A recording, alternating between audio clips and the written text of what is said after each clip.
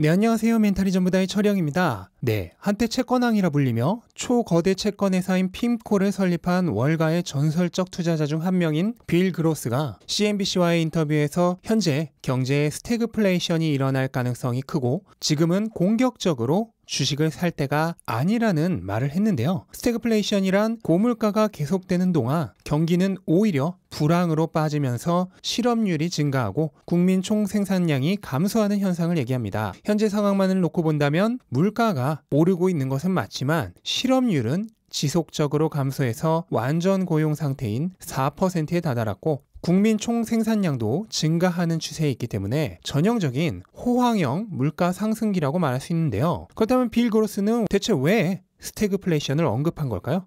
현재 물가 상승폭이 역사적으로 지나치게 높아서 연준이 물가를 올린다 하더라도 따라잡기 어려운 수준이고, 따라서 기업들의 실적이 물가 상승률을 따라잡지 못하면서 실제 경기 성장률은 침체될 것이란 얘기입니다. 빌 그로스는 한동안 인플레이션이 연준의 장기적 목표 인플레이션인 2%를 훨씬 초과한 3에서 4% 정도가 유지될 것이란 전망과 함께 이러한 상황 속에서 연준이 향후 금리를 올려감에 따라 금융자산, 그 중에서도 특히 주식에 악영향을 미칠 것이라고 얘기하며 주식 매입에 대해 신중한 태도를 보였습니다. 그의 말대로 장기적 고물가 현상은 주식에는 하방 압력으로 작용합니다. 물가가 오르게 되면 기업이 매입하는 원자재의 가격이 오르고 공장의 가동비도 증가합니다. 또한 배송비, 보관비, 인건비, 영업활동비, 광고비 등 거의 모든 지출이 늘어나게 됩니다. 그렇게 되면 기업은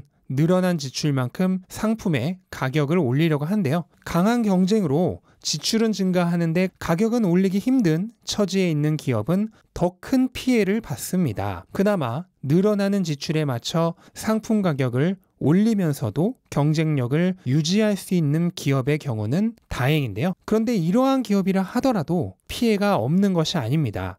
지출이 늘어난 만큼 가격을 올렸다고 하면 결국 기업이 버는 돈은 크게 차이가 없을 것입니다. 만약 어떤 기업이 물가가 낮으나 높으나 똑같이 100만 원을 벌 것으로 예상된다고 해보겠습니다. 물가가 낮았을 때는 이 100만 원으로 소고기라도 사 먹을 수 있지만 물가가 오르게 되면 100만 원으로 더 이상 소고기를 사 먹지 못하게 됩니다. 이처럼 고물가가 지속되면 기업이 버는 돈이 똑같다 하더라도 실질적인 수익은 줄어든 것이나 마찬가지죠. 그렇기 때문에 늘어나는 지출에 맞춰 상품 가격을 올릴 수 있는 경쟁력이 훌륭한 기업조차도 피해를 보게 됩니다. 그렇지 못한 기업이라면 말할 것도 없겠죠.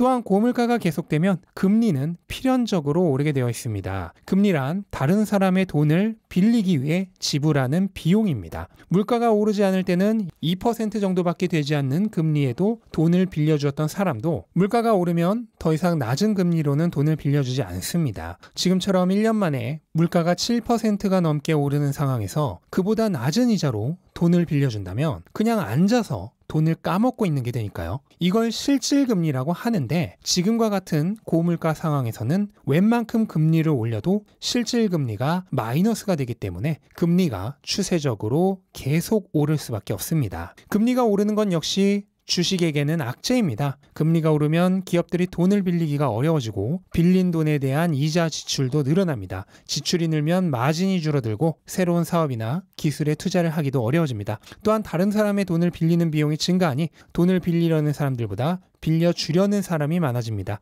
따라서 돈이 은행으로 모이게 되고 시중에 돌아다니는 돈의 유통량은 줄어들게 됩니다. 이걸 유동성의 감소라고 얘기하죠. 유동성이 감소하면 금융시장에 들어오는 돈도 줄어들게 될 것입니다. 또한 이자율이 계속 오르게 되면 주식의 수익 매력과 배당 매력도 줄어듭니다. 최근 사람들이 다시 은행으로 돌아가고 있다고 하죠. 이자율이 1%일 때 10%의 주식 수익률은 매력적이었지만 이자율이 5%만 돼도 10%의 수익률은 위험을 감수할 만큼의 매력이 사라질 것입니다. 평균 2에서 3% 정도 되는 배당 수익률의 매력 역시 급감하겠죠. 이러한 이유들이 종합적으로 작용해서 주식은 고물가 현상이 계속될 경우 강한 하방 압력을 받습니다. 빌 그로스도 바로 그러한 부분을 지적한 것이라고 이해하시면 될 것 같습니다. 그렇다면 투자자에게 있어 궁금해지는 부분은 이러한 시국에 대체 우리는 어떤 자산에 투자해야 하는가 하는 부분일 것입니다. 이 내용은 이어지는 2부에서 더 자세히 다뤄보도록 하겠습니다. 영상 도움되셨다면 구독과 좋아요 부탁드리고 즐거운 하루 되시기 바랍니다. 감사합니다.